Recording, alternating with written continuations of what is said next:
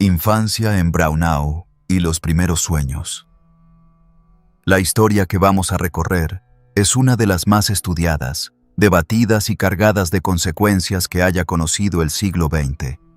Una trayectoria marcada por contrastes extremos, donde un niño nacido en un pequeño pueblo fronterizo acabaría ejerciendo un poder que afectó a millones de vidas. Para entender ese ascenso vertiginoso y destructivo, es necesario empezar en el punto más remoto, cuando todo parecía simple, antes de que la ideología, la política y la guerra moldearan su destino.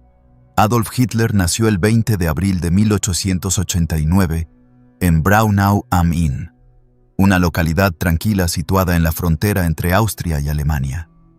Un lugar que por su geografía y su historia ya estaba impregnado de una mezcla cultural germano-austríaca que influiría en su sentido de pertenencia. El río Inn marcaba un límite físico, pero la vida de la región estaba entrelazada con un intercambio constante de ideas, comercio y tradiciones. La casa donde vino al mundo se alzaba cerca de la aduana, un detalle que, aunque anecdótico, simbolizaba de alguna manera esa posición entre dos territorios y dos influencias. Su padre, Alois Hitler, era un funcionario de aduanas de carácter severo, un hombre que valoraba la disciplina, la puntualidad y la obediencia por encima de todo, cualidades que intentaba imponer en su hogar con la misma rigidez con la que controlaba el paso de mercancías y personas en la frontera. La figura de Alois representaba para el joven Adolf una autoridad incuestionable, pero también una fuente constante de tensión. La relación entre ambos estuvo marcada por choques de temperamento, pues mientras Alois esperaba que su hijo siguiera un camino práctico y seguro, posiblemente en la administración pública, el niño mostraba desde temprano una inclinación hacia las artes y una resistencia férrea a seguir órdenes que contradecían sus deseos.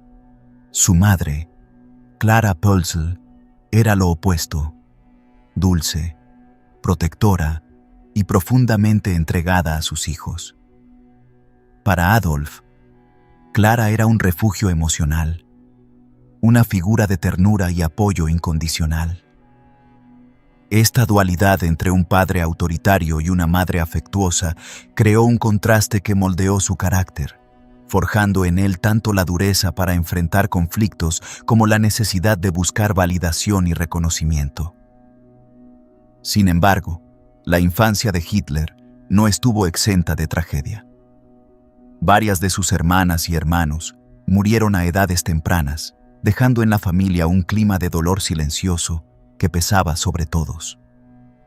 Estas pérdidas, que en aquella época eran comunes por las enfermedades infantiles, dejaron en el niño una temprana conciencia de la fragilidad de la vida y, según algunos biógrafos, una sensibilidad especial hacia el sufrimiento, que con el tiempo se transformaría en un endurecimiento emocional. En la escuela, Adolf no fue un estudiante destacado, aunque sus maestros reconocían en él una memoria notable y una capacidad para absorber datos cuando el tema le interesaba. Sin embargo, su rendimiento estaba muy ligado a su motivación. Cuando algo captaba su atención, se volcaba por completo. Cuando no, se convertía en un alumno distraído e incluso desafiante. Entre sus aficiones destacaba el dibujo, especialmente de paisajes y edificios, y se dice que pasaba horas esbozando con minuciosidad fachadas, ventanas y techos, como si en su mente ya estuviera germinando un interés profundo por la arquitectura. La vida en Braunau y en las posteriores ciudades donde vivió estaba impregnada de los valores y tensiones del Imperio austrohúngaro. Se trataba de una nación multicultural y multilingüe, en la que convivían alemanes, checos, húngaros, eslovenos y otras comunidades. Esta diversidad, que en otros contextos habría sido un motivo de enriquecimiento, en la Austria de finales del siglo XIX, estaba atravesada por un creciente sentimiento nacionalista que reclamaba una identidad más definida. Adolf, desde niño, escuchaba conversaciones sobre política, sobre la grandeza de Alemania y sobre la supuesta decadencia del imperio. Ideas que, aunque no entendía del todo, iban dejando huella. En esos primeros años, el joven Hitler también comenzó a desarrollar una imaginación fértil. Le atraían las historias de guerra, de líderes y héroes que leía en libros o escuchaba de boca de adultos. Los relatos de las campañas militares prusianas y la figura del canciller Otto von Bismarck lo fascinaban. No se trataba solo de admirar el uniforme o el poder, sino de idealizar la capacidad de un solo hombre para cambiar el curso de un país. Esa admiración, que en su niñez no tenía una carga ideológica elaborada, se iría transformando con el tiempo en un componente central de su visión del liderazgo. Las tensiones con su padre fueron aumentando a medida que Adolf crecía. Alois insistía en que debía prepararse para una carrera técnica, algo seguro y bien remunerado, pero el joven rechazaba cualquier camino que no estuviera ligado a su vocación artística. Esta discrepancia se volvió una fuente constante de enfrentamientos, en los que ni el padre cedía en su rigidez, ni el hijo renunciaba a su orgullo. Algunos testigos de la época mencionaron que Hitler parecía más dispuesto a soportar castigos que a renunciar a lo que consideraba sus auténticas aspiraciones. En este periodo también comenzó a forjarse una característica que lo acompañaría toda su vida: la convicción absoluta en sus propias ideas y un desprecio casi instintivo hacia cualquier autoridad que pretendiera limitarlas. Aunque todavía era un adolescente sin un plan claro, ya mostraba una personalidad determinada, capaz de obsesionarse con sus intereses y resistir la presión externa. Los últimos años en Braunau y posteriormente en Passau y Linz fueron un período de transición. El traslado de la familia por el trabajo del padre expuso a Adolf a nuevos entornos y compañeros, lo que amplió sus experiencias, pero también lo aisló en ciertos momentos, al tener que adaptarse una y otra vez a lugares y personas distintas. En estos cambios, el dibujo, la pintura y la lectura se convirtieron en refugios constantes, actividades que podía llevar consigo sin importar la ciudad o la escuela. Al acercarse a la adolescencia, el niño que había crecido en un pequeño pueblo fronterizo ya mostraba rasgos de una personalidad intensa, marcada por una mezcla de sensibilidad, ambición y orgullo. Las tensiones familiares, las pérdidas personales y el contexto social en el que vivía estaban preparando el terreno para las decisiones que vendrían. Y así, con la base de un carácter ya definido y una imaginación que buscaba escapar de los límites impuestos, el joven Adolf se disponía a entrar en una etapa en la que sus sueños artísticos y su visión de sí mismo comenzarían a chocar con la realidad. Juventud en Linz y la obsesión artística. Tras los primeros años marcados por mudanzas, tensiones familiares y la formación de un carácter obstinado, la vida de Adolf Hitler entró en una etapa en la que los sueños comenzaron a tomar una forma más definida. La familia se trasladó a Linz, una ciudad que, aunque más grande y dinámica que Braunau, seguía conservando un ambiente provinciano.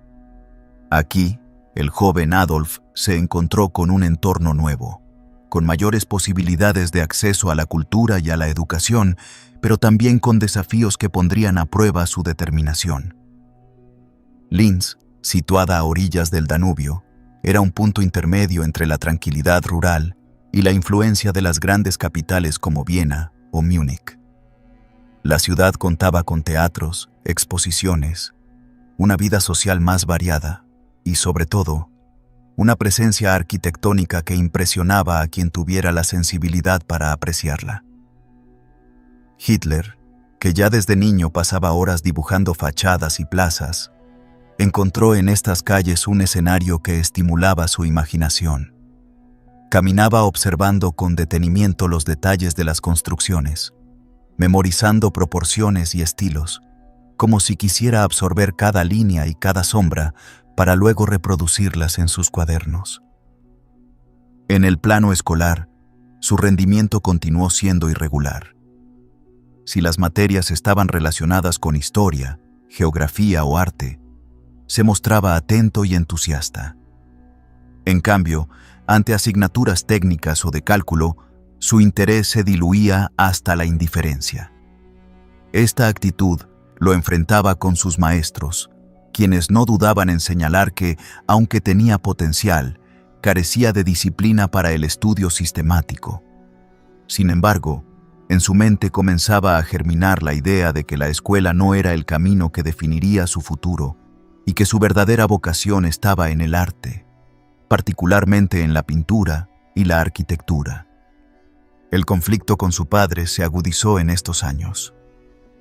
Alois mantenía la expectativa de que su hijo ingresara en una escuela técnica para asegurarse una carrera en la administración o en un oficio especializado. Adolf, en cambio, se aferraba a la idea de ingresar algún día en la Academia de Bellas Artes de Viena, convencido de que el reconocimiento llegaría si podía perfeccionar sus habilidades artísticas. Las discusiones se volvieron frecuentes y cargadas de tensión, y en más de una ocasión el joven prefería ausentarse de casa por largas horas, caminando por la ciudad o refugiándose en bibliotecas públicas, antes que enfrentarse a las exigencias paternas. Durante esta etapa, Hitler descubrió con mayor intensidad el mundo del teatro y la ópera. Era un espectador asiduo, y las obras de Richard Wagner lo cautivaron profundamente. No se trataba solo de la música, sino del sentido épico de sus composiciones, de la atmósfera cargada de simbolismo que, en su mente, parecía conectar con una visión heroica y casi mística de la historia alemana. Asistir a una representación wagneriana no era para él un simple pasatiempo. Lo vivía como una experiencia transformadora, una especie de llamada que lo confirmaba en su creencia de que el arte era un medio para elevar el espíritu y, de alguna manera, modelar el destino de un pueblo. La muerte de su padre en 1903 trajo cambios importantes. Aunque la figura autoritaria desapareció de su vida, el peso económico de mantener el hogar recayó sobre su madre, Clara, que se esforzó por sostener a la familia. Esta nueva situación le otorgó a Adolf mayor libertad para explorar sus intereses, pero también lo dejó ante la realidad de que su futuro dependía en gran medida de su capacidad para abrirse camino por sí mismo. Continuó asistiendo a la escuela durante un tiempo, pero sus ausencias eran frecuentes y su rendimiento cada vez más errático. A finales de su adolescencia, su vocación artística ya no era una aspiración difusa. Estaba decidido a dedicarse al dibujo y la pintura. Pasaba horas practicando, buscando perfeccionar sus trazos, aunque sus habilidades, especialmente en la representación de figuras humanas, eran limitadas. Su verdadera fortaleza residía en los paisajes y en la arquitectura, donde demostraba un notable sentido de la perspectiva y el detalle. Era consciente de que Viena, con su prestigiosa Academia de Bellas Artes, era el lugar donde debía probar su talento, y comenzó a planificar ese salto. En paralelo, su visión del mundo empezaba a moldearse por las lecturas que consumía con avidez. Se interesaba por historia militar, biografías de grandes líderes y textos que exaltaban la unidad y el poder de Alemania. Aunque todavía no había desarrollado un ideario político sólido, ya mostraba cierta fascinación por las narrativas que glorificaban el pasado y presentaban a las naciones como entidades con un destino predeterminado. En 1907, con apenas 18 años, tomó la decisión de presentarse al examen de ingreso de la Academia de Bellas Artes de Viena. Llegó cargado de entusiasmo y con una carpeta de dibujos que creía representaban lo mejor de su trabajo. La decepción fue devastadora. Su solicitud fue rechazada. El informe de los evaluadores señalaba que, aunque tenía habilidad para representar edificios y escenas arquitectónicas, carecía del talento necesario para la pintura artística en sentido pleno, especialmente en la figura humana. Aquella negativa lo golpeó con dureza, no solo por el fracaso en sí, sino porque parecía derribar la visión que había construido de su futuro. Aún así, no se rindió de inmediato. Decidió intentar una vez más, pero el segundo intento, al año siguiente, terminó del mismo modo. Entre ambas pruebas, su vida se volvió más inestable. La muerte de su madre, en diciembre de 1907, lo dejó emocionalmente abatido y sin un hogar seguro. Aunque recibió una pequeña pensión de orfandad, esta no era suficiente para mantener un estilo de vida estable, y pronto se vería obligado a enfrentar condiciones mucho más duras. La juventud en Linz, que había comenzado con la ilusión de un camino artístico, terminó dejando a Hitler en una situación incierta. Las horas pasadas entre cuadernos de dibujo, salas de teatro y discusiones con su padre habían moldeado un carácter persistente, orgulloso y cada vez más convencido de que su destino no sería dictado por otros. Sin embargo, el rechazo de la academia y la pérdida de su madre lo empujaban hacia un periodo en el que la precariedad y la soledad serían protagonistas. Con este cambio de escenario, la vida del joven que soñaba con ser un gran artista empezaba a tomar un rumbo muy distinto, uno en el que la supervivencia diaria comenzaría a ocupar un lugar central y en el que, sin saberlo aún, se acercaba a un entorno donde las ideas políticas radicales se mezclarían con su experiencia personal. Viena, pobreza y radicalización ideológica.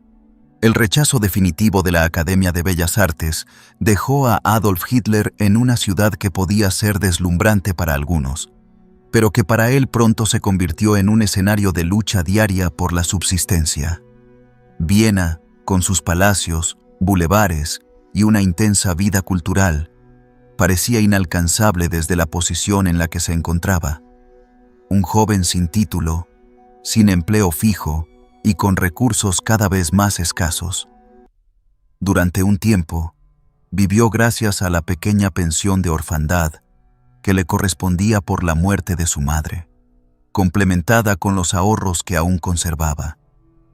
Pero la combinación de gastos inevitables y falta de ingresos estables lo llevó, de manera gradual, a una situación de precariedad. En los primeros meses, intentó mantener un ritmo de vida ordenado. Continuaba dibujando y pintando acuarelas que ofrecía a conocidos o que intentaba vender en comercios pequeños, con resultados muy limitados. La ciudad, sin embargo, no esperaba por nadie. El alquiler, la comida y las necesidades básicas pronto empezaron a consumir lo poco que tenía, y hacia 1909 se encontró prácticamente sin medios. Viena no era compasiva con quienes caían al margen del sistema, y en ese tiempo la capital austrohúngara experimentaba una dura realidad social. Grandes contrastes entre una élite adinerada y una población obrera y marginal que vivía en condiciones muy difíciles.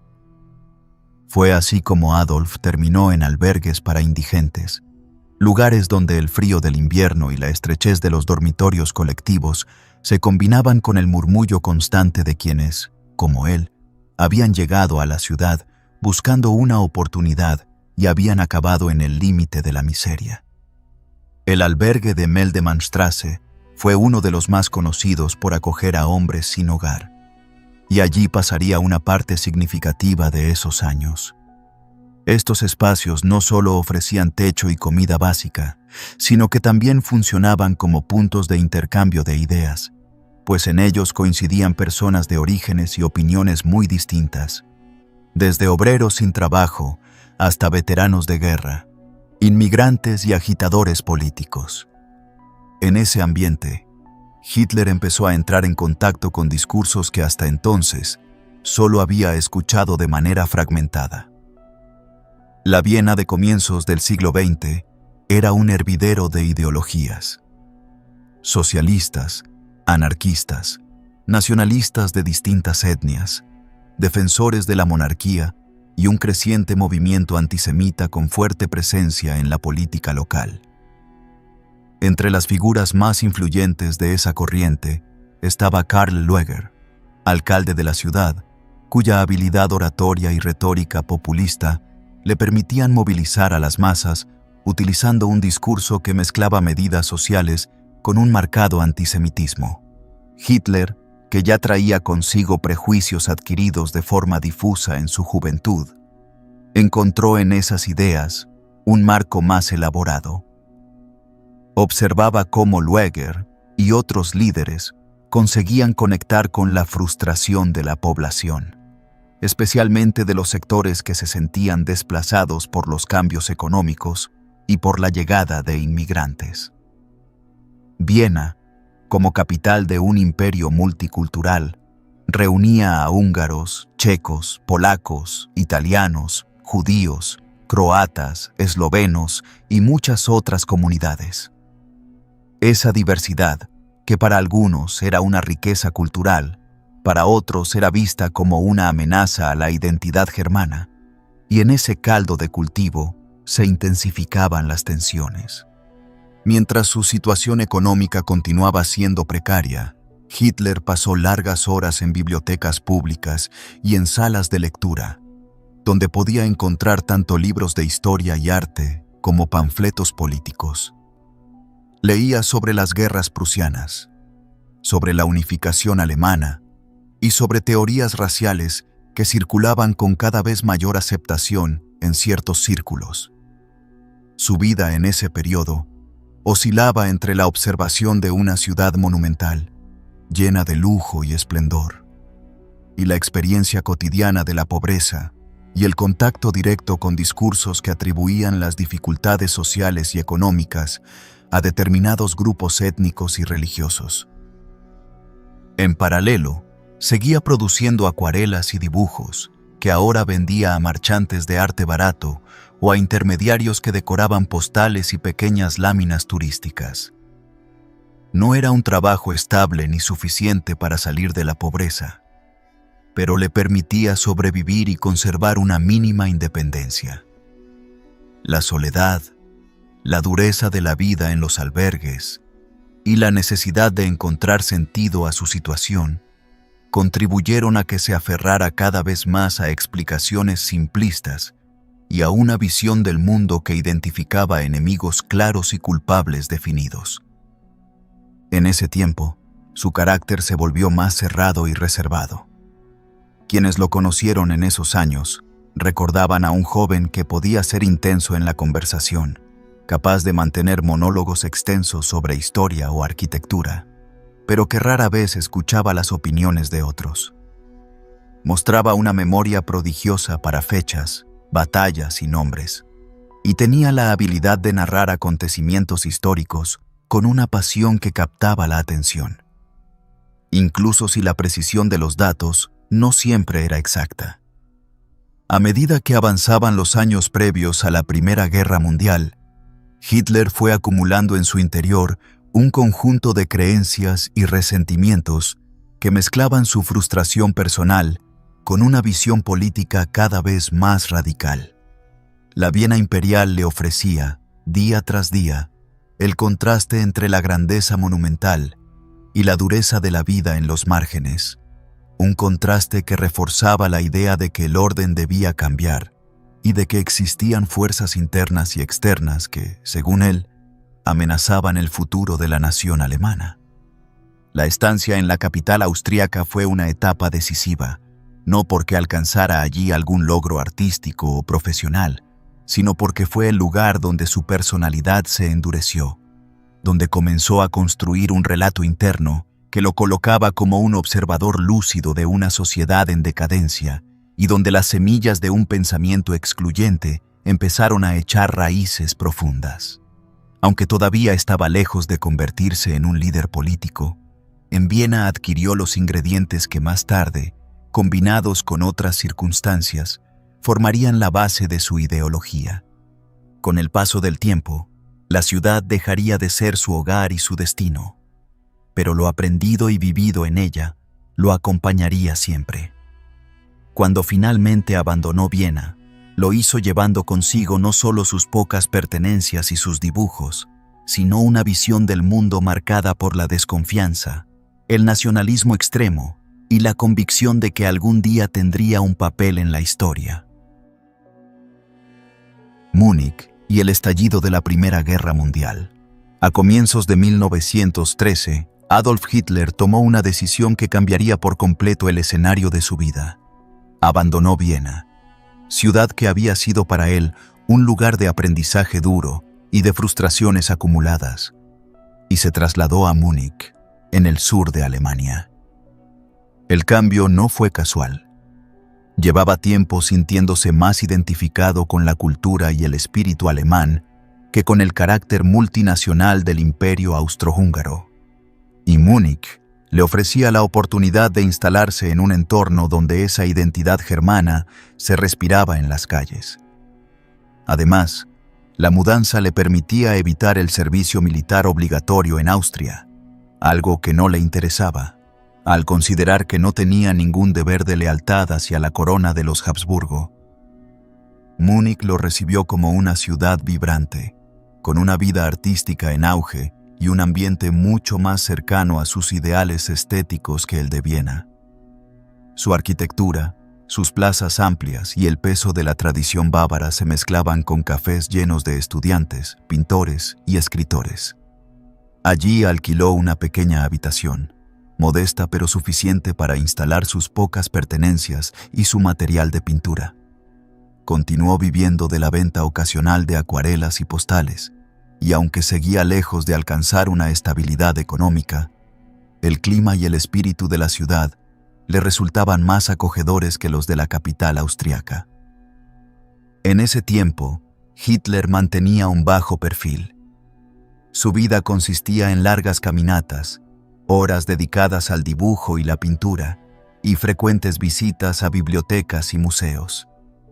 La política, aunque ya formaba parte de sus intereses, todavía no se había convertido en una actividad central. Sin embargo, seguía leyendo sobre historia militar y sobre las guerras que habían forjado la unificación alemana. Sentía admiración por la disciplina prusiana y por los líderes que, en su visión, habían elevado a Alemania a un lugar de respeto en Europa. Pero todo cambió en el verano de 1914. Cuando el asesinato del archiduque Francisco Fernando en Sarajevo desató una cadena de acontecimientos que llevaron a Europa al borde del colapso diplomático. Las alianzas entre las grandes potencias se activaron como piezas de dominó, y el continente, en cuestión de semanas, se vio arrastrado a la Primera Guerra Mundial. Para Hitler, que había rechazado servir al ejército austriaco, la guerra no representaba un deber hacia Austria, sino una oportunidad de luchar por Alemania, la nación que sentía como propia. Se presentó como voluntario al ejército bávaro, y contra lo que muchos podrían haber esperado, fue aceptado a pesar de su condición de ciudadano austriaco. Pronto fue destinado al frente occidental, donde viviría una experiencia que marcaría profundamente su carácter. Allí, en las trincheras de Bélgica y Francia, la realidad de la guerra se reveló en toda su crudeza. La vida del soldado estaba dominada por el barro, el frío, la humedad constante, el miedo a los bombardeos y el olor persistente de la muerte. Hitler fue asignado como mensajero de regimiento, un puesto que requería moverse entre las líneas de combate llevando órdenes, a menudo bajo fuego enemigo. Este trabajo, aunque extremadamente peligroso, lo mantuvo relativamente alejado de los combates cuerpo a cuerpo y le permitió observar la guerra con una perspectiva distinta.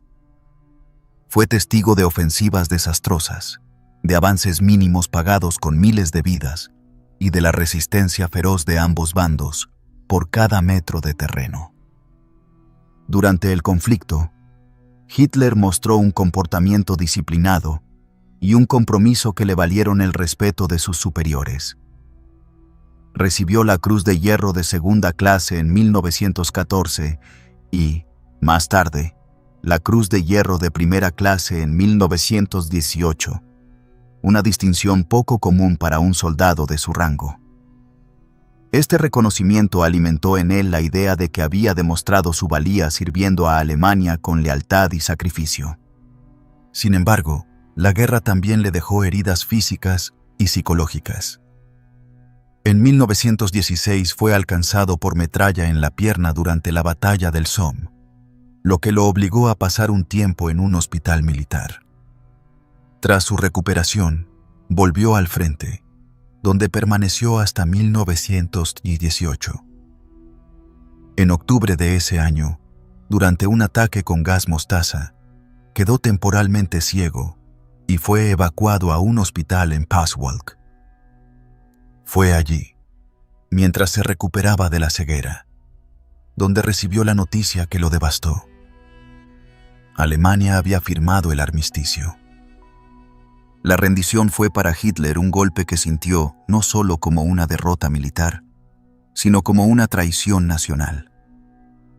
Incapaz de aceptar que el poderoso ejército alemán hubiera sido vencido en el campo de batalla, comenzó a creer en las teorías que circulaban entre sectores nacionalistas, según las cuales Alemania no había perdido la guerra por incapacidad militar, sino por la traición interna de políticos, socialistas y, en su opinión, de grupos que consideraba enemigos de la nación. Esta interpretación, conocida más tarde como la puñalada por la espalda, se convertiría en uno de los ejes de su discurso político. Cuando finalmente abandonó el hospital, la Alemania que encontró era muy distinta a la que había dejado en 1914. El Kaiser había abdicado, el país estaba al borde de una revolución, y la firma del Tratado de Versalles impondría duras condiciones que incluían la pérdida de territorios, fuertes restricciones militares y el pago de cuantiosas reparaciones. Para millones de alemanes, aquello fue una humillación insoportable, y para Hitler representó la confirmación de que la nación necesitaba líderes dispuestos a devolverle su gloria y su fuerza. Múnich, que antes le había parecido un lugar inspirador para el arte, se había transformado en una ciudad convulsa, con huelgas, enfrentamientos callejeros y una fuerte presencia de movimientos políticos radicales. En ese nuevo escenario, Hitler, todavía sin una ocupación definida y cargando con las secuelas de la guerra, comenzó a ver en la política un terreno en el que podría actuar. Así, el joven que había llegado a Múnich buscando un espacio para desarrollar su arte y que se había visto arrastrado por el torbellino de la guerra, se encontraba ahora en un país derrotado y agitado por el caos social, un contexto que lo empujaría hacia un camino que hasta entonces no había recorrido de forma activa, pero que pronto se convertiría en el centro absoluto de su vida. Derrota, humillación y nacimiento del político. Cuando Adolf Hitler regresó a Múnich tras el final de la guerra, encontró una ciudad muy distinta de la que había conocido antes de partir al frente. El bullicio cultural que había atraído a artistas y soñadores se había visto sustituido por un ambiente tenso y caótico, con huelgas en las fábricas, enfrentamientos entre milicias, discursos incendiarios en las calles y una población desorientada por la magnitud de la derrota. Las viejas certezas que habían sostenido el orden imperial se habían desmoronado junto con el trono del Kaiser, y el vacío de poder dejó espacio para que movimientos de todo tipo intentaran imponer su visión del futuro. Para millones de alemanes, el Tratado de Versalles fue una herida abierta. Las cláusulas impuestas por las potencias vencedoras no solo recortaban el territorio y la capacidad militar del país, sino que obligaban a pagar reparaciones que parecían imposibles de asumir.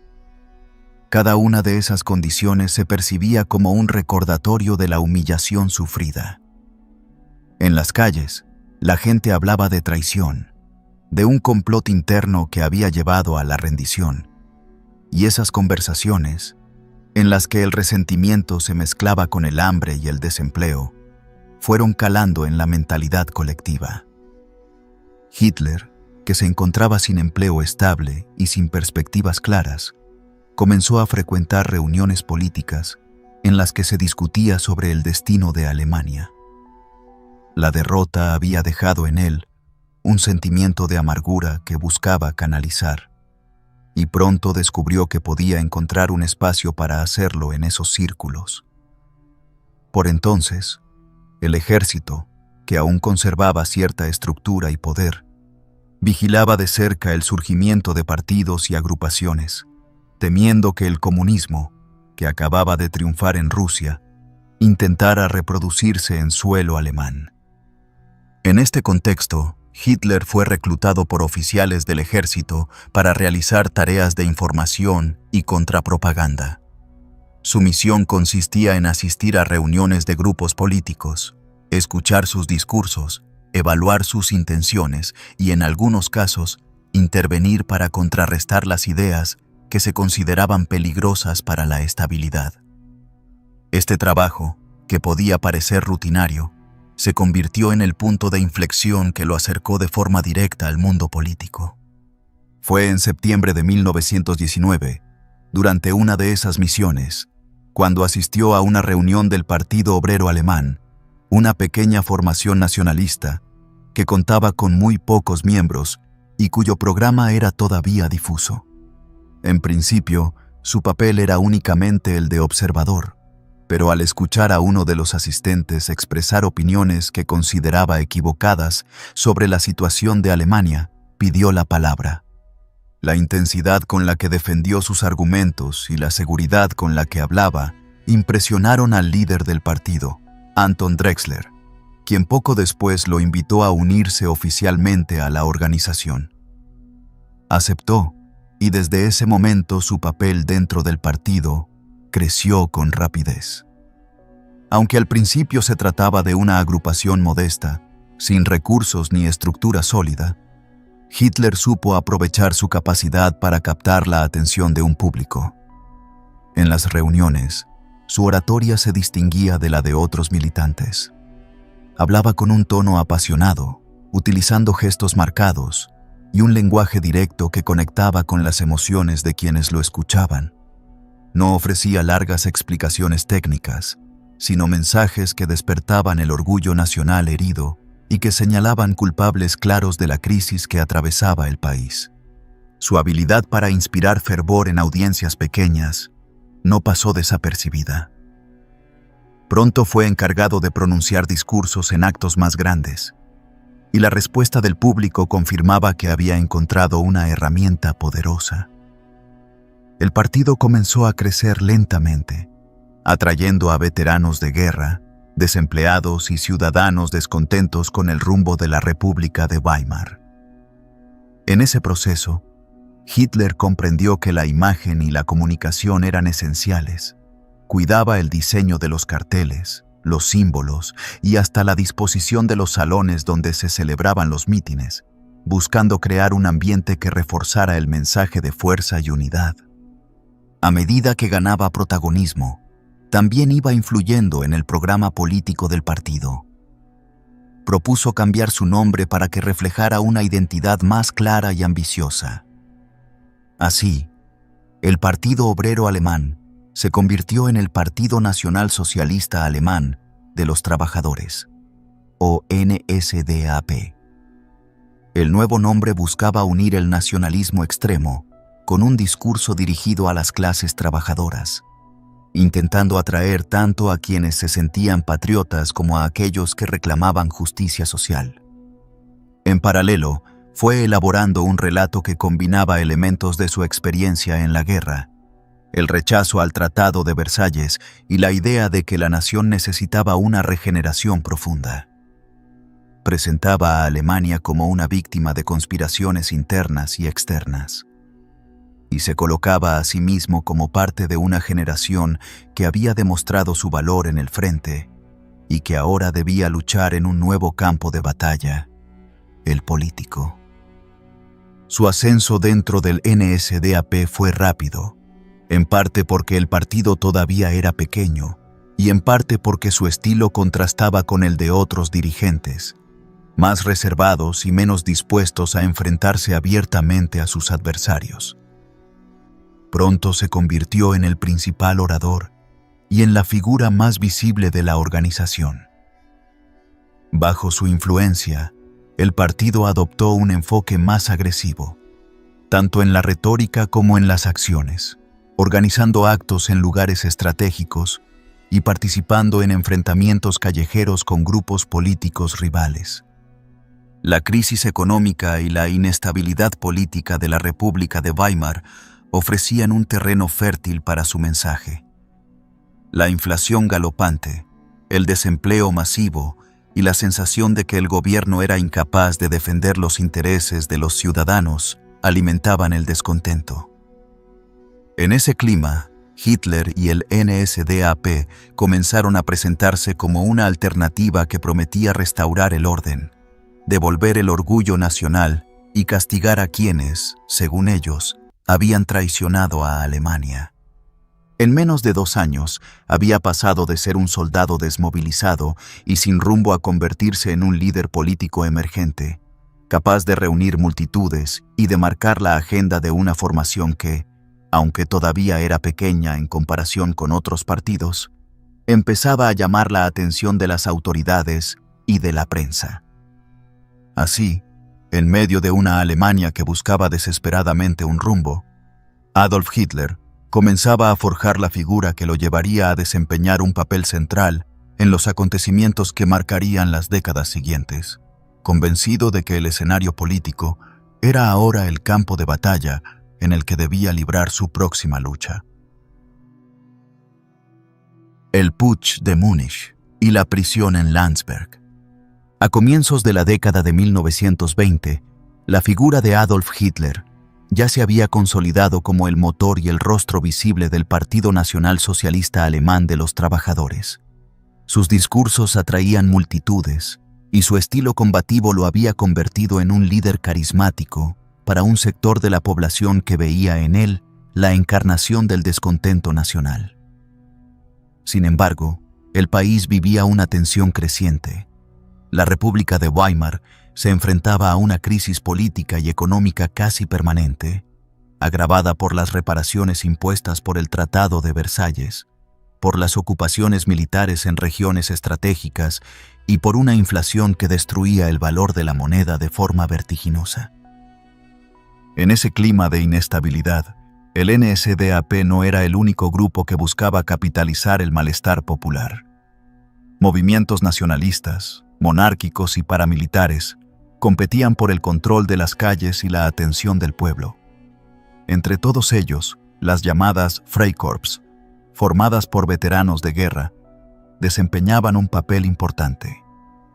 Eran milicias que, aunque oficialmente disueltas, mantenían una organización militar y una disposición a actuar de forma violenta contra comunistas, sindicalistas y cualquier grupo que consideraran una amenaza para el orden nacional. El partido de Hitler se nutrió de este ambiente y la creación de las Sturmabteilung, las SA o secciones de asalto, le dio un instrumento para mostrar fuerza, intimidar a opositores y garantizar que sus actos públicos transcurrieran bajo su control. El punto de inflexión se produjo en 1923, un año marcado por la ocupación francesa y belga de la región del Ruhr, como respuesta al incumplimiento en el pago de reparaciones.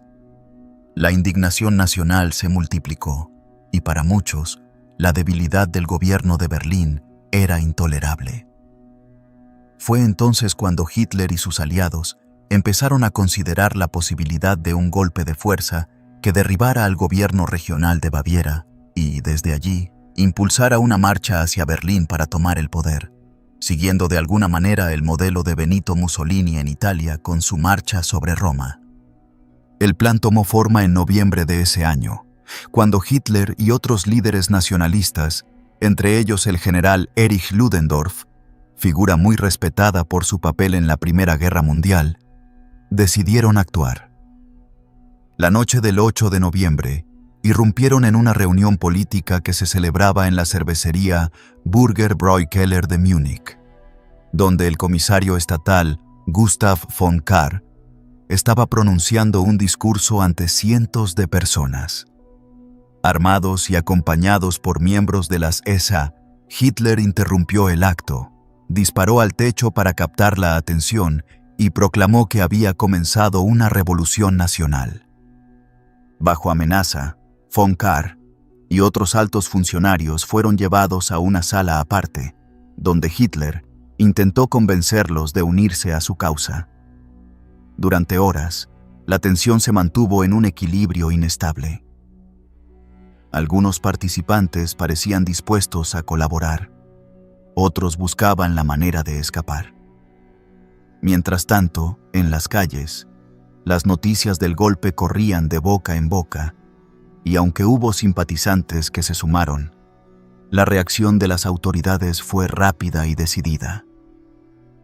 Al amanecer del 9 de noviembre, Hitler y Ludendorff organizaron una marcha hacia el centro de Múnich, con la intención de ganar apoyo popular y militarizar la insurrección. Avanzaron acompañados por unos 2.000 seguidores, entre militantes del partido y miembros de las SA, pero al llegar a la Odeonsplatz, frente a un cordón policial, se produjo el enfrentamiento. La policía abrió fuego, dejando 16 muertos entre los manifestantes y 4 entre las fuerzas del orden. La dispersión fue inmediata y el golpe quedó sofocado en cuestión de minutos. Hitler huyó del lugar, pero fue arrestado 2 días después. El fracaso del llamado Putsch de Múnich podría haber significado el final de su carrera política, pero el proceso judicial que siguió se convirtió en una inesperada plataforma para difundir sus ideas a nivel nacional. Durante el juicio, Hitler no se limitó a defenderse. Utilizó cada sesión como un acto de propaganda, atacando al gobierno, reivindicando el nacionalismo y presentándose como un patriota que había actuado por amor a Alemania.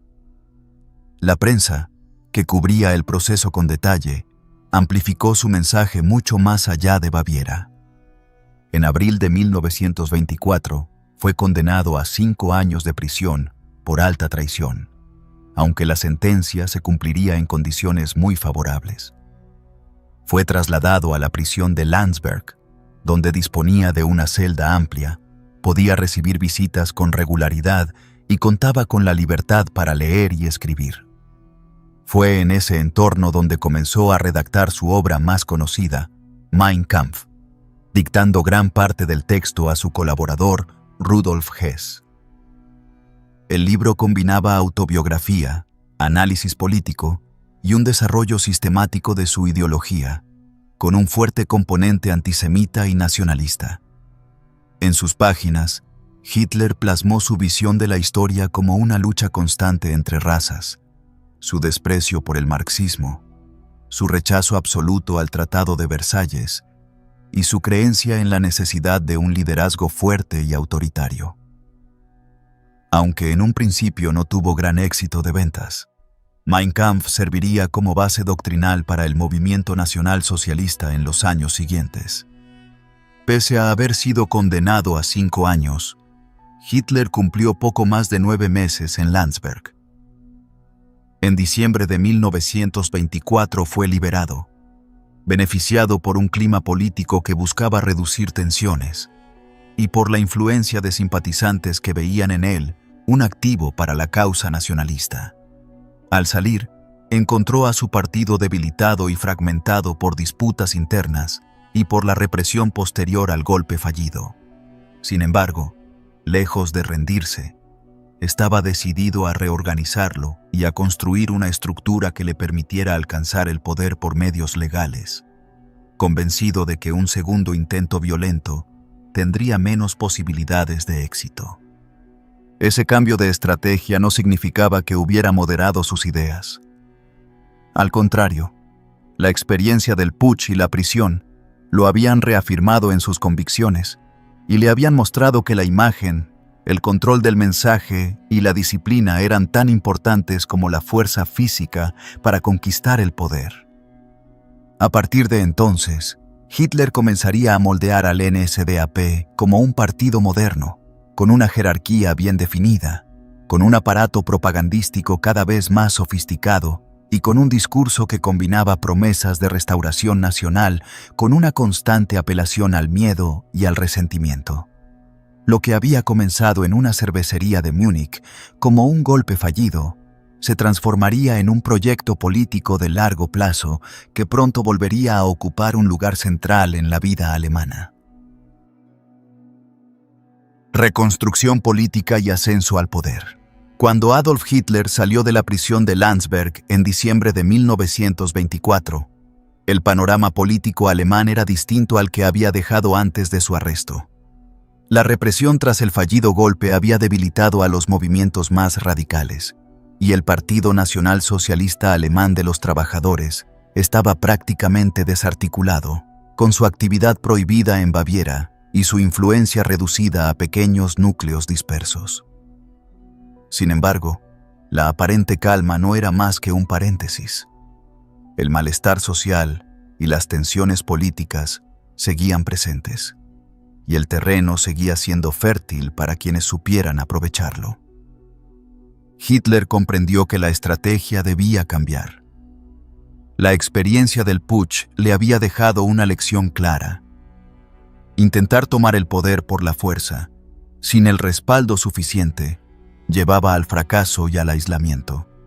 Si quería imponerse, debía hacerlo a través de los canales legales, ganando elecciones y acumulando influencia hasta que el propio sistema lo llevara a la cima. Este viraje no significaba renunciar a la violencia o a la intimidación, pero sí integrarlas en una estrategia más amplia, en la que la imagen pública, la organización interna y el control del mensaje serían prioritarios. Durante los meses siguientes, se dedicó a reorganizar el NSDAP desde la base. Centralizó la autoridad en su figura, impuso una disciplina estricta y trabajó para construir un aparato propagandístico eficaz. Su objetivo era que cada acto del partido transmitiera una imagen de fuerza, unidad y determinación. Las reuniones ya no serían improvisadas, sino cuidadosamente planificadas para que los símbolos, la escenografía y los discursos crearan un impacto emocional en los asistentes. Para reforzar esta imagen, se apoyó en la actividad de las Sturmabteilung, las SA, que servían como fuerza de choque, protegiendo los actos del partido y hostigando a los adversarios políticos en las calles.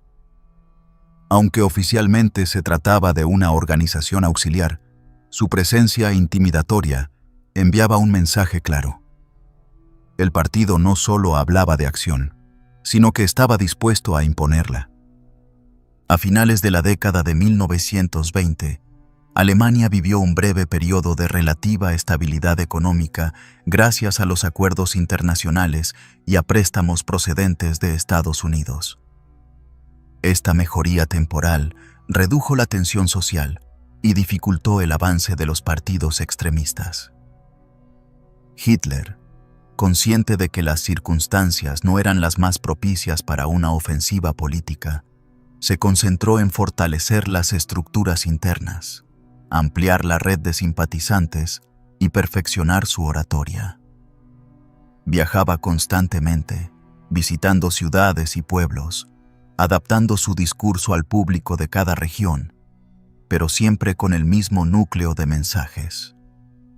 Rechazo al Tratado de Versalles, exaltación del nacionalismo, denuncia de supuestos enemigos internos y promesa de restaurar la grandeza alemana. La oportunidad decisiva llegó con el colapso de 1929. La crisis económica mundial, desatada por el desplome de la Bolsa de Nueva York, golpeó a Alemania con una fuerza devastadora. El desempleo se disparó, miles de empresas cerraron y la desesperación se extendió entre la población. En ese contexto, el discurso de Hitler recuperó una enorme resonancia. Podía señalar culpables claros, ofrecer explicaciones simples a problemas complejos y presentarse como el líder que traería orden y prosperidad. Las elecciones de 1930 marcaron un punto de inflexión. El NSDAP pasó de ser un partido marginal con poco más del 2% de los votos, a convertirse en la segunda fuerza política del país, obteniendo más de 6 millones de sufragios y 107 escaños en el Reichstag. Este salto no se debió únicamente al contexto de crisis, sino también a la maquinaria propagandística que el partido había afinado durante años. Los carteles, los mítines masivos, la presencia constante en la prensa y el uso calculado de símbolos como la esvástica creaban un sentido de pertenencia y una estética que resultaba atractiva para muchos alemanes descontentos. En los años siguientes, Hitler intensificó su presencia pública. Recorrió el país en tren y en avión, algo poco común para un político de la época, multiplicando sus discursos y logrando una cobertura mediática sin precedentes. Su imagen, cuidadosamente trabajada, proyectaba determinación y autoridad. La propaganda lo presentaba como un hombre sencillo, cercano al pueblo, pero dotado de una visión y una fuerza de voluntad excepcionales. Al mismo tiempo, el NSDAP se benefició del creciente bloqueo político en el Reichstag. La fragmentación parlamentaria impedía formar gobiernos estables y las alianzas se deshacían en cuestión de meses. Esta parálisis aumentaba la frustración de los ciudadanos y alimentaba la percepción de que solo un liderazgo fuerte podría sacar al país del estancamiento. En 1932, las elecciones presidenciales le ofrecieron a Hitler la posibilidad de medir su fuerza directamente contra Paul von Hindenburg, el venerado mariscal de la Primera Guerra Mundial, que ocupaba la jefatura del Estado. Aunque no ganó, obtuvo más de 13 millones de votos en la segunda vuelta, consolidándose como una figura nacional de primer orden. La campaña, con mítines masivos, carteles omnipresentes y un uso hábil de la radio, demostró que el NSDAP ya no era un fenómeno local, sino una fuerza capaz de disputar el poder a las élites tradicionales. Ese mismo año, el partido logró convertirse en la primera fuerza del Reichstag, con más de 37% de los votos. Sin embargo, la victoria electoral no se tradujo en un acceso inmediato al gobierno. Las negociaciones con otras fuerzas políticas se enredaron, y durante meses Hitler se negó a aceptar cargos intermedios, insistiendo en que solo tomaría el poder como canciller, con plenas facultades. Finalmente, las presiones de sectores conservadores y empresariales, que veían en él un instrumento para frenar el avance del comunismo y estabilizar el país, llevaron al presidente Hindenburg a ceder. El 30 de enero de 1933, Adolf Hitler fue nombrado canciller del Reich. Llegaba al poder no por un golpe de Estado, sino por un proceso legal y constitucional, aunque su objetivo estaba lejos de limitarse a gobernar dentro de esos marcos. Lo que había comenzado como la reconstrucción de un pequeño partido marginal tras un fracaso en Múnich, se había transformado, en menos de una década, en el ascenso imparable de un movimiento que ahora controlaba el gobierno alemán. Y desde esa posición, Hitler se disponía a aplicar sin restricciones la visión que había defendido desde sus primeros discursos, aprovechando cada resquicio del sistema para consolidar un poder que pronto dejaría de tener límites. Consolidación del Tercer Reich y culto al líder. El nombramiento de Adolf Hitler como canciller el 30 de enero de 1933 marcó el inicio de una etapa en la que el poder, que había conquistado por medios legales, se transformaría rápidamente en una autoridad absoluta. En las primeras semanas, su gobierno todavía dependía de alianzas con partidos conservadores y de la tolerancia del presidente Paul von Hindenburg. Pero Hitler ya trabajaba con una precisión calculada para eliminar cualquier obstáculo y concentrar en sus manos el control total del Estado. El punto de quiebre llegó poco después, el 27 de febrero de 1933, cuando el edificio del Reichstag, sede del Parlamento alemán, fue destruido por un incendio. Aunque las circunstancias exactas del siniestro siguen siendo objeto de debate, el régimen lo utilizó de inmediato como pretexto para declarar un estado de emergencia. Esa misma noche, Hitler convenció a Hindenburg de firmar el decreto del incendio del Reichstag, que suspendía derechos fundamentales como la libertad de expresión, la libertad de prensa y el derecho de reunión, y que otorgaba a la policía amplias facultades para arrestar sin orden judicial.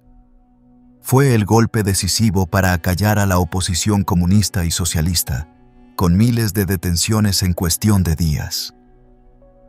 El siguiente paso fue la aprobación de la ley habilitante, el 23 de marzo de 1933. Esta ley, aprobada bajo una atmósfera de intimidación, otorgaba al gobierno la capacidad de legislar sin la intervención del Parlamento, incluso en asuntos que contravinieran la Constitución. Con ella, Hitler no solo adquiría poderes extraordinarios, sino que también desactivaba el mecanismo democrático que podía limitar sus acciones. En pocos meses, la República de Weimar dejaba de existir en la práctica, sustituida por un régimen autoritario que se autodenominaba el Tercer Reich. Con el marco legal a su favor, Hitler emprendió una reorganización profunda del Estado y de la sociedad alemana. Los partidos políticos fueron prohibidos o absorbidos, quedando el NSDAP como la única fuerza legal. Los sindicatos independientes fueron disueltos y reemplazados por el Frente Alemán del Trabajo, controlado por el partido. Las instituciones culturales, educativas y deportivas pasaron a estar bajo supervisión directa del régimen, que se aseguraba así de que la ideología nacionalsocialista impregnara cada aspecto de la vida pública. Paralelamente, se construyó un aparato de represión que incluía a la Gestapo, la Policía Secreta del Estado y a las SS, que bajo el mando de Heinrich Himmler evolucionaron de una guardia personal de Hitler a una fuerza de seguridad y control político con un alcance inmenso. Campos de concentración como Dachau comenzaron a funcionar desde 1933, inicialmente para encarcelar a opositores políticos, pero pronto ampliaron su población a otros grupos considerados indeseables por el régimen.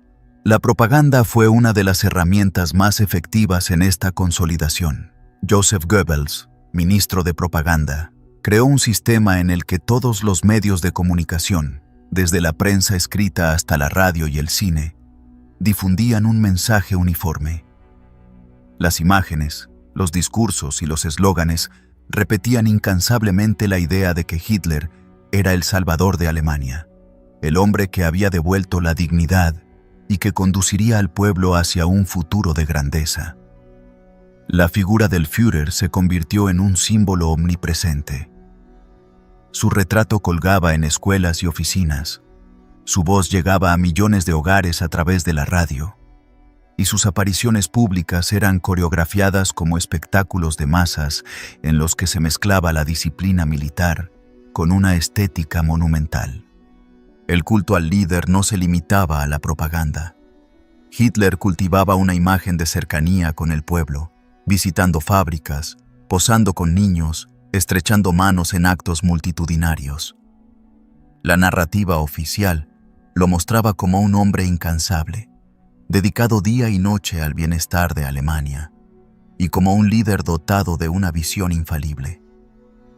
Este culto personalista servía para reforzar la obediencia y para disolver las fronteras entre el Estado, el partido y el propio Führer. En paralelo, el régimen impulsó políticas económicas y sociales que, en un primer momento, parecieron mejorar la vida de muchos alemanes. Se lanzaron grandes proyectos de infraestructura, como la construcción de la red de autopistas, y se fomentaron programas para reducir el desempleo, entre ellos la expansión del servicio militar obligatorio. Estos éxitos iniciales, aunque sostenidos por un fuerte gasto estatal y por preparativos para la guerra, contribuyeron a aumentar la popularidad del régimen. Pero la consolidación del poder también trajo consigo un endurecimiento de las políticas raciales. En 1935 se aprobaron las leyes de Nuremberg, que privaban a los judíos de la ciudadanía alemana y prohibían los matrimonios y relaciones entre judíos y alemanes. Estas leyes institucionalizaban el antisemitismo y abrían la puerta a una persecución cada vez más sistemática, acompañada de campañas propagandísticas que buscaban legitimar la exclusión y el odio. Otros grupos, como los gitanos, las personas con discapacidad y los opositores ideológicos, también se convirtieron en objetivos del aparato represivo. Dentro del propio partido y de las organizaciones paramilitares, Hitler actuó para eliminar cualquier amenaza a su autoridad. La llamada Noche de los Cuchillos Largos, en junio de 1934, fue el episodio más emblemático de esta purga interna. Bajo el pretexto de sofocar una supuesta conspiración, ordenó la ejecución de Ernst Röhm, líder de las SA, y de otros dirigentes que podían desafiar su liderazgo. Esta acción no solo consolidó su control sobre las fuerzas paramilitares, sino que también envió un mensaje claro a toda la jerarquía nazi. La lealtad absoluta era la única garantía de supervivencia política. El 2 de agosto de 1934, la muerte de Hindenburg permitió a Hitler unificar en su persona los cargos de canciller y presidente, adoptando oficialmente el título de Führer y Reichskanzler. Desde ese momento, su autoridad era total, sin contrapesos institucionales. La maquinaria del Estado estaba al servicio de sus objetivos, y el culto a su figura alcanzaba niveles sin precedentes. En pocos años, Hitler había transformado la estructura política y social de Alemania, desmantelando cualquier resto de la democracia parlamentaria y construyendo un régimen que giraba en torno a su persona.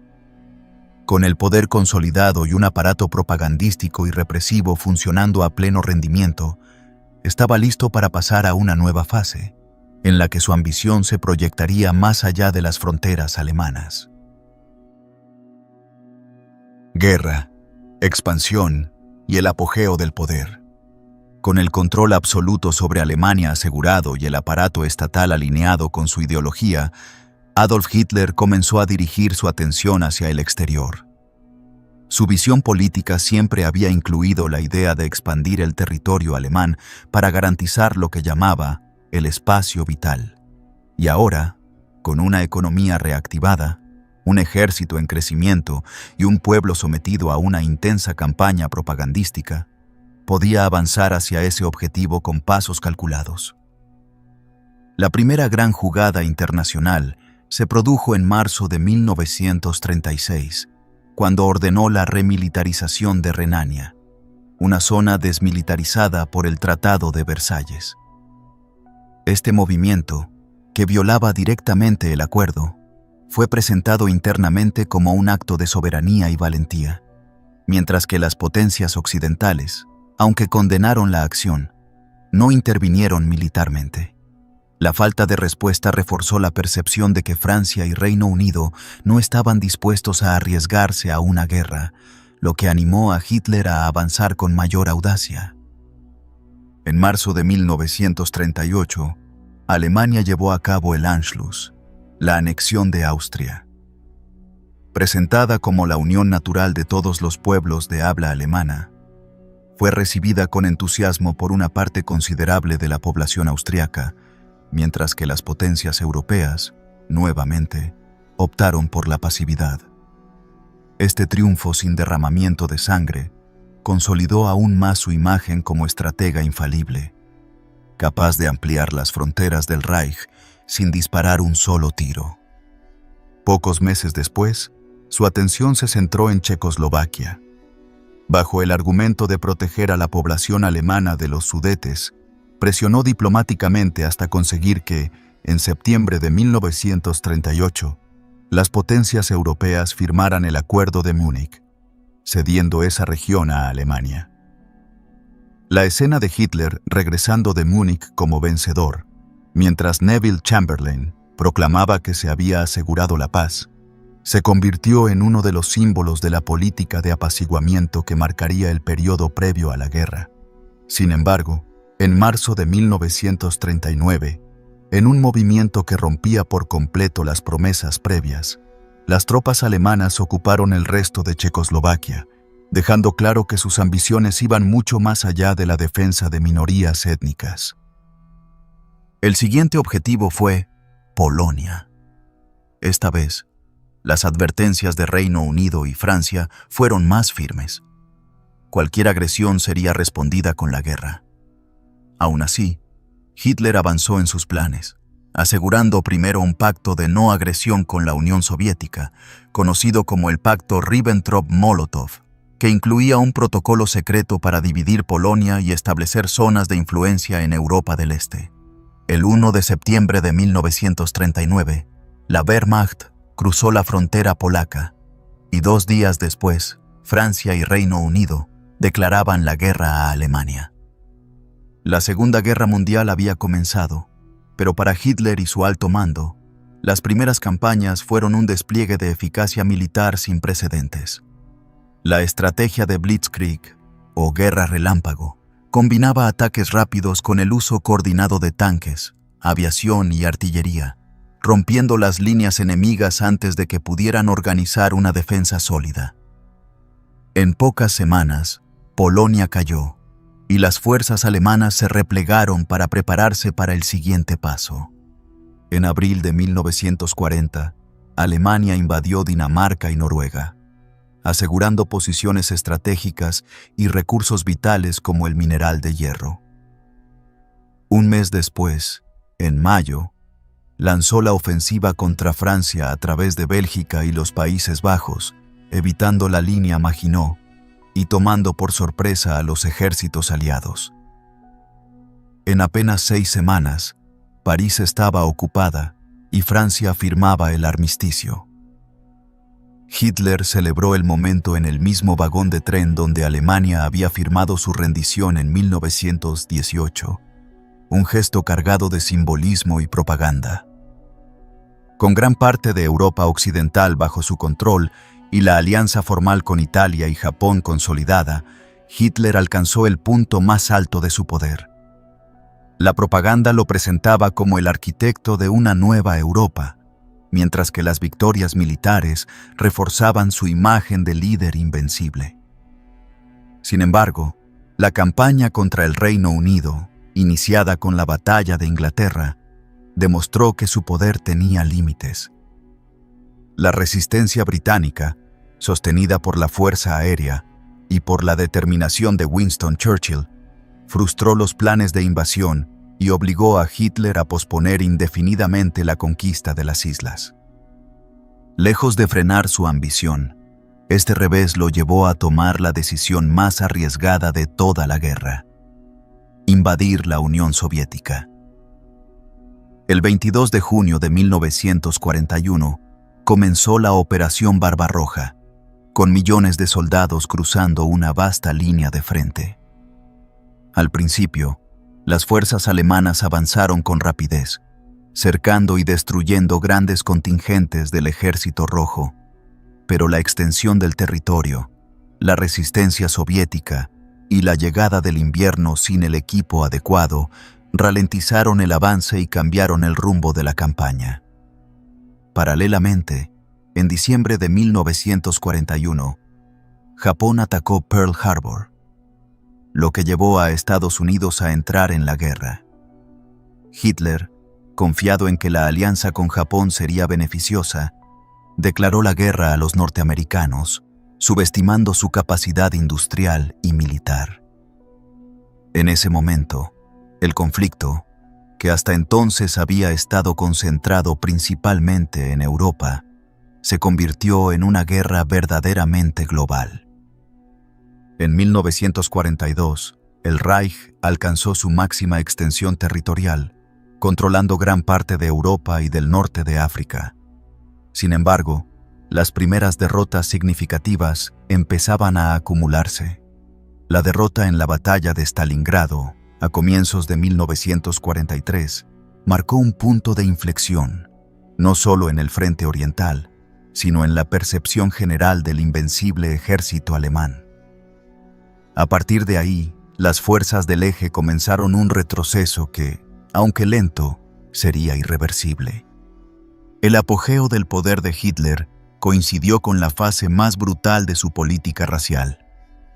Millones de judíos, gitanos, prisioneros de guerra y opositores fueron enviados a campos de concentración y exterminio en una maquinaria de muerte planificada y ejecutada con precisión burocrática. Las victorias militares, la propaganda y el control absoluto del Estado habían permitido que estas políticas se aplicaran sin resistencia interna significativa, pero a medida que el curso de la guerra cambiaba, la represión se volvió aún más despiadada. En apenas 4 años, Hitler había pasado de desafiar los límites impuestos por el Tratado de Versalles a dominar gran parte del continente europeo. Sin embargo, la misma ambición que lo había llevado a ese punto lo empujaba ahora a un conflicto contra enemigos demasiado poderosos para ser derrotados al mismo tiempo.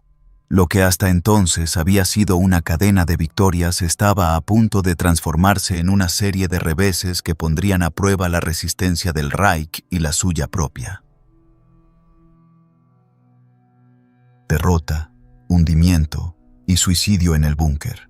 A partir de 1943, la guerra dejó de ser una sucesión de victorias para Alemania y comenzó a transformarse en una larga retirada, en la que cada avance aliado y cada derrota en el frente debilitaban la imagen de invencibilidad que Hitler había cultivado durante años.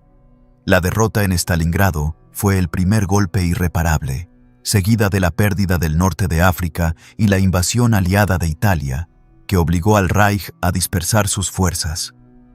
El frente oriental se convirtió en un escenario de desgaste constante, donde las tropas alemanas, sin capacidad para reemplazar las pérdidas humanas y materiales, cedían terreno ante un ejército rojo cada vez mejor armado y más numeroso. Hitler, que en los primeros años de la guerra había permitido a sus generales cierta autonomía estratégica, comenzó a centralizar todas las decisiones militares, convencido de que su intuición era superior a cualquier análisis técnico. Esta obstinación llevó a órdenes cada vez más rígidas, prohibiendo retiradas estratégicas y forzando defensas insostenibles que terminaban en desastres. La Operación Bagration, lanzada por los soviéticos en el verano de 1944, destruyó el grupo de ejército centro y abrió un camino directo hacia las fronteras orientales del Reich. En junio de ese mismo año, el desembarco aliado en Normandía abrió un segundo frente en el oeste. A partir de entonces, Alemania se vio atrapada entre dos fuerzas que avanzaban sin cesar, mientras la superioridad aérea aliada convertía las ciudades y centros industriales en ruinas. Berlín, que había sido el corazón orgulloso del Tercer Reich, empezó a sentir el peso de los bombardeos masivos, que no solo destruían edificios, sino también la moral de la población civil. Internamente, la confianza ciega en el Führer comenzó a resquebrajarse. El atentado del 20 de julio de 1944, encabezado por oficiales del propio ejército, reveló que incluso en las filas más cercanas existía un deseo creciente de poner fin a su liderazgo. Aunque el complot fracasó y fue respondido con una brutal ola de represalias, la paranoia de Hitler se intensificó. Desde ese momento, limitó aún más su círculo de confianza y se aisló cada vez más en sus cuarteles fortificados, donde recibía informes filtrados y escuchaba únicamente a aquellos que confirmaban sus convicciones. A medida que 1945 avanzaba, la situación se volvió desesperada. Las fuerzas soviéticas cruzaron el Oder y se acercaban a Berlín, mientras que en el oeste los aliados atravesaban el Rin. La estrategia ya no existía en un sentido real. Todo se reducía a órdenes de resistir a cualquier precio, aunque ese precio fuera la aniquilación de ciudades enteras y de las últimas reservas de soldados, incluidos jóvenes reclutas y ancianos movilizados a la fuerza. En enero de ese año, Hitler se trasladó definitivamente al Führerbunker, un complejo subterráneo bajo la Cancillería del Reich, diseñado para resistir bombardeos y servir como centro de mando en los últimos momentos de la guerra. Allí, aislado del mundo exterior, vivía rodeado de un reducido grupo de colaboradores, secretarias, oficiales de confianza y su pareja, Eva Braun. El búnker era un lugar oscuro, de pasillos estrechos y habitaciones austeras, impregnado por el olor de humedad y de combustible de los generadores. Mientras la artillería soviética comenzaba a golpear los alrededores de Berlín, Hitler continuaba emitiendo órdenes irreales, moviendo divisiones que ya no existían y planeando contraofensivas imposibles. Las reuniones de situación se convirtieron en monólogos de ira y frustración, en los que culpaba a sus generales de incompetencia y traición, y a la población alemana de no haber mostrado la fortaleza necesaria para sostener la guerra. La enfermedad y el agotamiento físico eran evidentes. Su mano temblaba de forma constante, caminaba encorvado y su voz, antes potente, se había vuelto quebrada y áspera. El 22 de abril, aceptó por primera vez que la guerra estaba perdida. En privado, manifestó que no abandonaría Berlín ni caería prisionero. En los días siguientes, dictó su testamento político y personal, en el que reafirmaba sus creencias y culpaba a los judíos y a los dirigentes militares por la derrota. El 29 de abril, contrajo matrimonio con Eva Braun en una breve ceremonia dentro del búnker. Fue un acto casi simbólico, que se celebró en medio de la inminencia del final y de un ambiente en el que la realidad exterior parecía distante. En las últimas horas, mientras el Ejército Rojo avanzaba por las calles cercanas, Hitler tomó la decisión final. El 30 de abril de 1945, después de despedirse de su personal más cercano, se encerró en su despacho junto a Eva Braun. Según los testimonios, ella ingirió cianuro mientras él, simultáneamente, se disparaba en la cabeza. Sus cuerpos fueron trasladados rápidamente a los jardines de la Cancillería, rociados con gasolina y quemados, siguiendo las instrucciones que había dejado para evitar que fueran exhibidos por el enemigo. La noticia de su muerte se propagó primero dentro del búnker y luego, con cautela, al exterior. Para muchos alemanes, no fue más que una confirmación de que todo había terminado. Pocos días después, el 8 de mayo de 1945, Alemania firmó la rendición incondicional, poniendo fin a la guerra en Europa. El fin de Hitler no fue solo el final de un hombre, sino también el derrumbe total del régimen que había construido. Las ciudades estaban en ruinas, millones de vidas se habían perdido y Europa quedaba marcada por un conflicto cuyo alcance y brutalidad no tenían precedentes. Su figura, que había surgido como la de un líder que prometía grandeza y unidad, terminaba en la oscuridad de un sótano, derrotado por las mismas fuerzas que había despreciado y aislado de un mundo que ya no podía controlar. Así, el Tercer Reich se extinguía en el mismo vértigo con el que había ascendido, dejando tras de sí un legado de destrucción, odio y sufrimiento que el mundo tardaría décadas en asimilar y comprender en toda su magnitud. Y así hemos recorrido la vida de uno de los personajes más controvertidos y destructivos del siglo XX. Un camino marcado por ambición, guerra y tragedia que dejó una huella imborrable en la historia. Si esta narración te ha resultado interesante, te invito a comentar y suscribirte para seguir explorando juntos más historias que merecen ser contadas. Buenas noches.